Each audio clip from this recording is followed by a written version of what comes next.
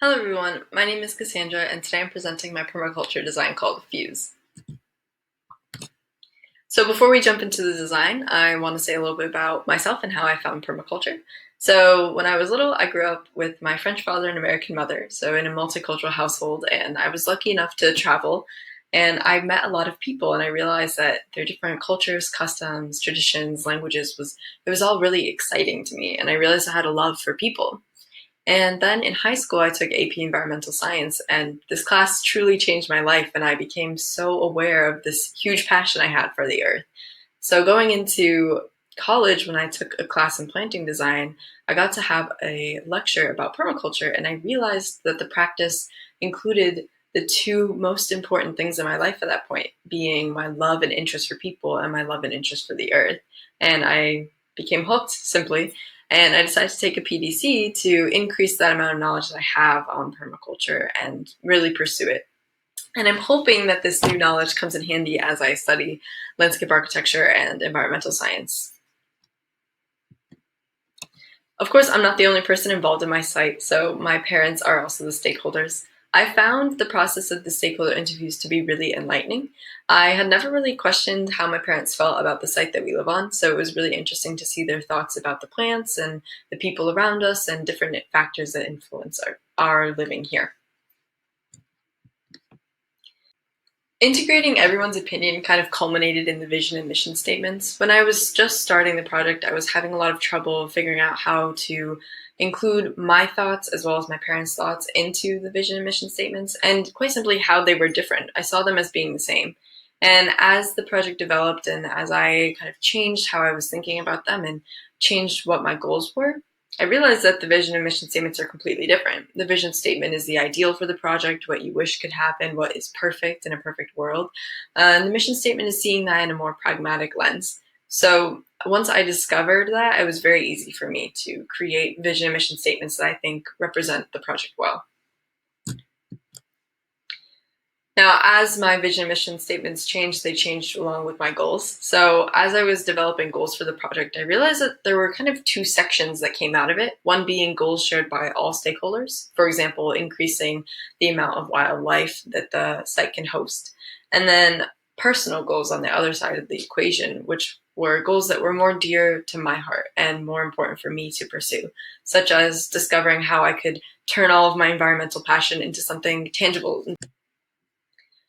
I included a map inventory that just outlines the maps in the order that they come in the presentation, just because I changed a few things in the original template. I think it's easy to understand if you're a visual person. And that starts with the base map. So I created the base map using a survey that my dad had of the property when it was first bought. And there were a lot of components missing, so I used some of the architecture knowledge that I got to build up on in my first semester. And I created a map online that traced out the survey and also went outside and measured a bunch of components that hadn't been in existence when the survey was taken, and I added them to the base map. So it was quite an involved process, but it was kind of fun to pull on the knowledge that I've been developing in school. I decided that while a base map is useful, it didn't show all of the ecological information I wanted it to about the site. So I created a base map that had some hatching in it to show the existing foliage and the surfaces on site. I think it gives you a better overall read of what is going on. I also wanted to take some time to recognize the stewardship of the indigenous peoples who lived on the land on which my site sits. I determined the zones of the site simply by reflecting on the way that the site is used and how long we spend in any one area, and I realized that there are definitely some changes that need to be made to the way that we circulate on the property and what components are where. The sector map also exposed a lot of changes that needed to be made. I determined the sectors using a variety of different methods, which bled into the observation of the site. So some of it was real-time observation, me walking around and realizing that, hey, this patch of grass isn't growing. And it must be because there's a lot of sun and not a lot of water in this area specifically. And then I found a lot of online data to kind of fill in the cracks for my observations, such as charts that really show where the sun moves, how often the sun is exposed for X amount of time throughout the year, throughout the month, throughout the day. The data that I collected actually helped me to understand the site in many ways, such as the ecological resources map. I had never thought about how ecological resources are distributed throughout my site, and I just never had considered the concept. So once I had looked at all the data and looked at observations I had made, it was easy to map out the fact that there was a sun surplus in this area because I saw through my observation that this area was dry. And then this map also bled into the ease of creating the edges and microclimates map. I noticed that understanding where resources were ecologically helped me understand where the microclimates were. So, for example, when there was a sun surplus on the ecological resources map, there was also a hot, sunny, dry area on the microclimate map. So there was a tendency for the resources and the microclimates to map onto each other, which was a really interesting overlap to see between the maps. For my completed design, finally, with all the knowledge I had, I decided to create another surfaces map just to give you more ecological information about the site and the design once it was created and finalized. I always design the site with components in mind, so the components and connections map was actually quite fun and easy and straightforward to make. I think some of these maps can be a little bit overbearing and confusing, so I used a light color to show directly the connections of components to each other, and then I used the side panel to explain a little bit more about that. So, for example, the vermicompost, number 5, connects to all of the components around it because the shade that they create helps to regulate the temperature of the worms to keep them alive. And then also the castings and the compost that they create goes into the perennial vegetable garden, the animal kitchen garden. It is redispersed onto the site to increase the nutrients. And I just continue to do that for the rest of the components. Obviously, establishing connections is really important, and you can't think about connections if you don't think about water because it is the life giver to a design. It connects all of the components in a loop. And when I was making the before of this map, I realized that the water is really not used well or efficiently on site currently. And I remember in one of the modules talked about how you should plant water and you should plant water before you plant anything else. And I had never really heard that term before, so it was quite eye-catching and I really liked it. So when I was creating this map, I realized water is not planted at all and it has so much potential. So from that, I decided to create a list of simple goals to try and achieve with the water system in place on Fuse's site. And the overarching goal is to use water more efficiently because that is what I realized was the big problem. So it's divided into sub-goals that are easy to achieve. And then the aftermap kind of shows how these goals came into play. We took advantage of really wet, sunny microclimates and created a water planting that was specific for rainwater. And then we implemented a rainwater catching system just to experiment with the idea. And we changed the way that the beds of flowers looked so that they directed water into certain areas where there were plants that needed more of it. So it was about playing with where the water went in a very literal way. And it gave a very important direction to the water layer. We now knew that the water was being used more efficiently, and that was the direction it was going to go in. Speaking of direction, there was not really a direction for past patterns and flows before. In the way that the house and the site functions right now, the animals on site usually stay on the edges, the non-human animals such as squirrels and bunnies and birds. They stay to the sides. They don't actually venture into the property. Whereas the humans don't really do much else. We go from the back door to the back of the site to the shed and compost if we need to. But that's point A to point B, and there's no stopping in between. And if we do stop in between, it's very close to the house, and it's usually only for a little while. I wanted to slow and spread people just as you would do with water. So I went and made the after map, now thinking about how the new design would change circulation on site. And just looking at the sheer number of arrows that have increased, it's clear that circulation has been extended in all forms for non-human and human animals. The final design also increases the amount of gardens on site. So I decided to pick from different archetypes of gardens to kind of increase diversity and experiment with plantings that have never been done on the site that I live. So it was actually kind of fun, and this is just an overview of the types of gardens, but we're going to break them down further. So for each type of garden, I made a key that lists the kind of plants that would be found in the planting, and then made a diagram, kind of a schematic, just to show what the planting could look like using those plants. I also think that it's important to have ecological benefits coupled with aesthetic appeal. So I don't want to create a garden that doesn't look beautiful, doesn't inspire any joy, and that's kind of where the design component comes into it. So I made collages for each of the different kinds of plantings to show the textures, the colors that are evoked and created by the plants in that specific planting to give you a more holistic view of what it would look like.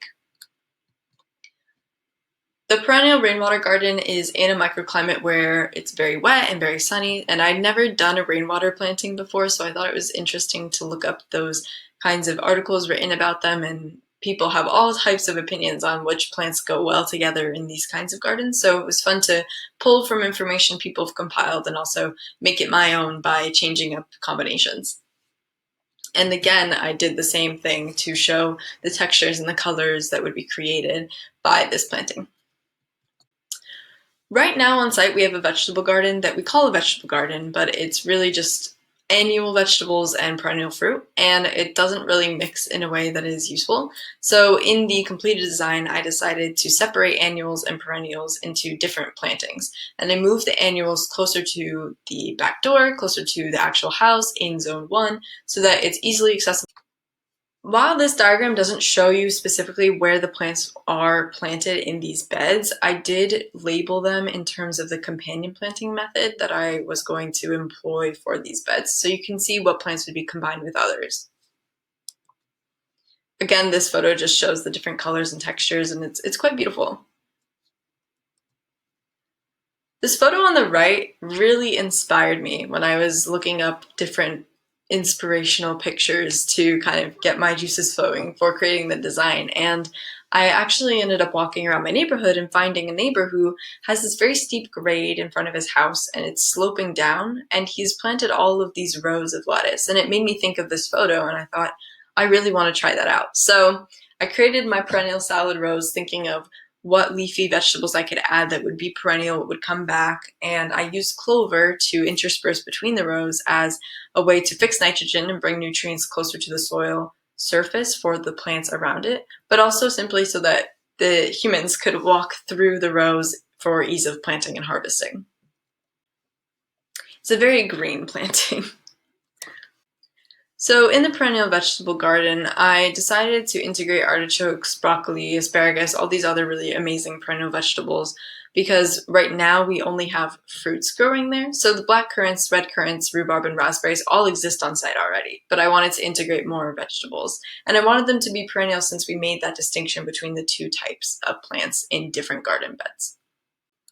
This planting is actually organized by height, so you have larger plants in the back so that sun is not blocked by the shadows cast by those taller plants onto the lower plants, which has become a problem in recent years as we've tried out different things planted in the vegetable garden.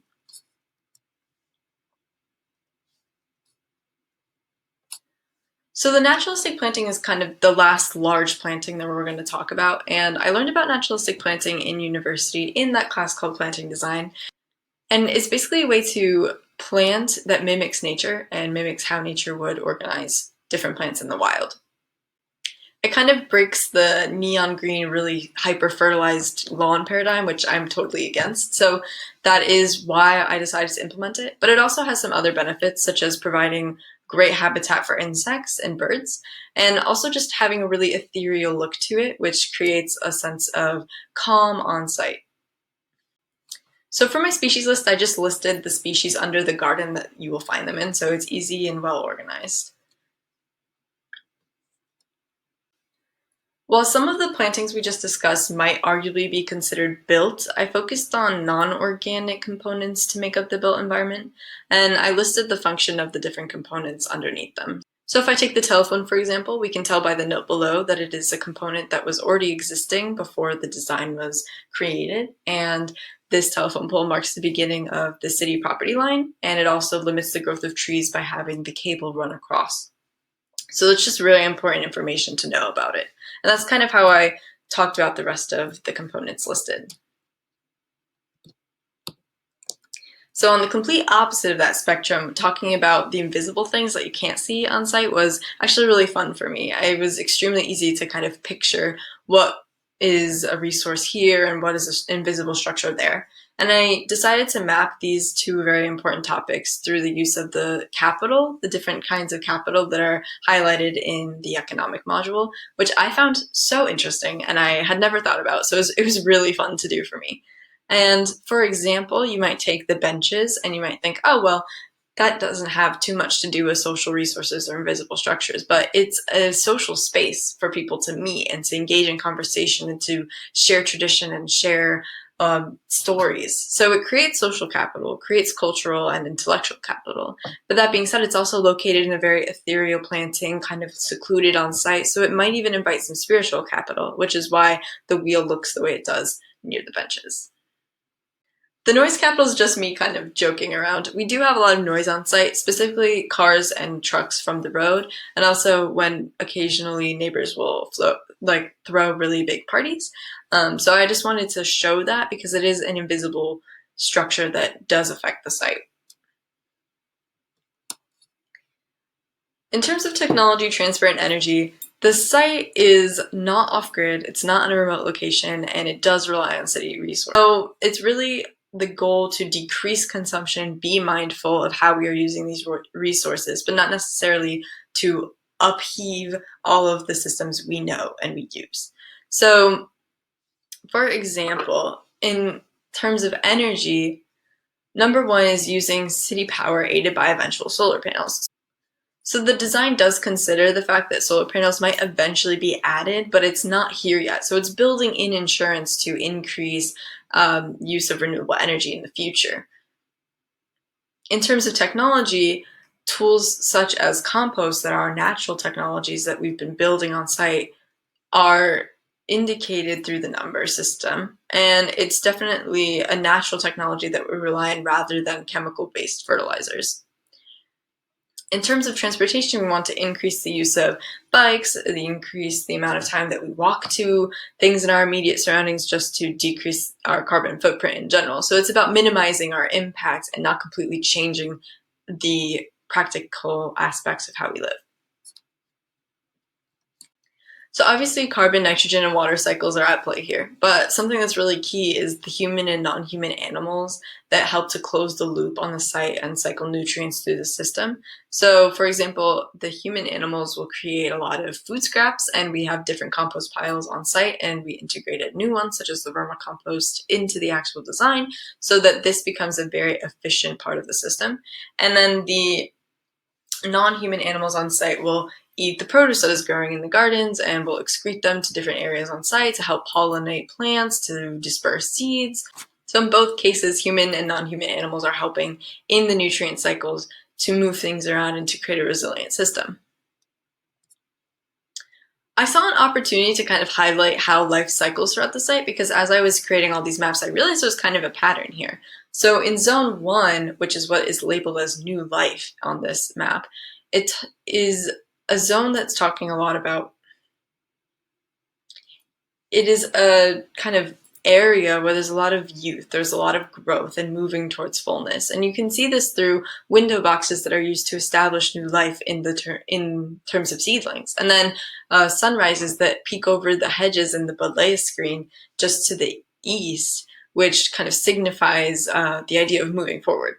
And then as you get further south in the site, you might get to the sustained life territory where the big ideas are nurturing and responsibility. And it consists of plantings that require a lot of care to maintain and a lot of care to maintain, and the gardens actually produce a lot to help sustain the humans and the non-human animals.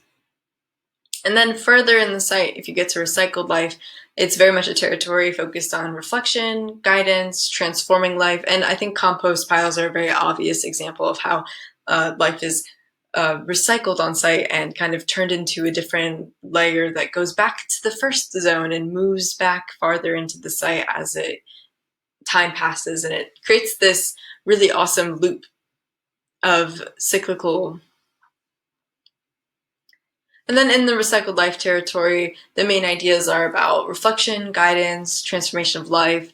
I think compost is a very overt example of decomposing organic matter and recycling nutrients and creating this cyclical flow of energy. And then this energy is then And then I think that what's really cool is the recycled life will start again in new life, and it creates an ebb and a flow between the back and the front of the site. In the stakeholder interviews, I realized that a lot of us, all three of us actually, are interested. In the stakeholder interviews, I realized that all three of us highlight a lot about a site and how we want the site to feel. Specifically, we use a lot of feeling words when we were conveying ideas that we wanted to get across, and I thought it would be interesting to map how we want these moods to appear on site. So, for example, an inviting mood would be created by these plantings that are bright and vibrant and almost lead you in further, and once you get into the site, you realize there's an area that is full for social interaction and it's supposed to make you feel welcome. So that's why I highlighted those areas on the mood map. And then, of course, it's very important for the busy stakeholders to have a place to relax on site. So the mood of relaxing and repose was really important. And then reflective, which was more of a push on my side because I see nature as an invitation to be humbled, an invitation to understand the systems of life further. So I wanted to integrate some areas that were more secluded on the mood map that would be areas specifically for reflection, for inviting this practice of gratitude and this practice of being humbled. My goal with implementation was to use the permaculture principle patterns to details to really drive out how I would implement things. So it's very important to me to implement and install components that take a lot of time, take a lot of labor first, because they will get well established. And by the time smaller things are going in, they have already been rooted into the system.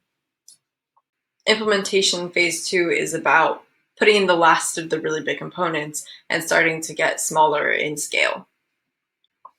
I see implementation phase 3 as putting in the final touches, the cherries on top, the little components that don't take maybe a lot of time to establish, but are equally as important to creating a very homey feeling design that really works within itself as a resilient system. This timeline shows how the components would be installed, and I also labeled the components by zone so you have a better understanding of how the zones will change over time. And it kind of creates this staircase effect to show how the implementation is staggered over time. When I was thinking about how components would be implemented, I started asking myself where I would even get the components, because I hadn't been thinking about how to source the components in a way that was in line with ethics and also built community. And I realized that I'm not very good at considering this kind of stuff, so I created a kind of mind map that showed all of the components that I was including and where I was going to get them and how I was going to obtain the plants that I needed and the labor that I needed and what that would create on site as a culture of being reciprocating, as an atmosphere of reciprocating deeds that people have done for you. It was actually really enlightening and quite fun to do. I actually put off the personal boundaries assessment for a while because I'm not very good at understanding parts of my personal boundaries.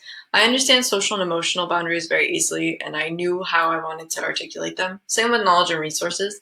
But as seen through the past slide that I hadn't really considered sourcing, I'm not very good at financial and material personal boundary assessment because I don't have a lot of financial experience as a young person. So I put the slide off until I made that other slide before talking about sourcing because it became clear what my financial material boundaries were for. It became clear where my personal boundaries existed for financial and material topics. It became clear where my financial and material boundaries existed. On site right now, we use the seasons as kind of an outline for when we would do certain things. So I just built within the system that already exists, and I labeled the components again by the zone that they're in to show how we would maintain them throughout the season cycles.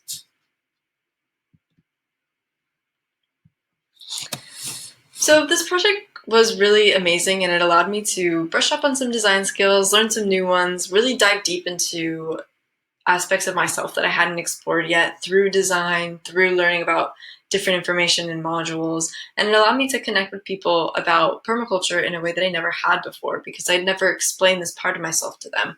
So it was really a transformative experience on an academic level of me being a thinker and also a personal level of me being someone who really supports earth advocacy and people advocacy. Of course, I want to thank everyone who is a part of it. Thank you, Mandy, for being a great mentor, and thank you for Permaculture Women's Guild for providing me with this course.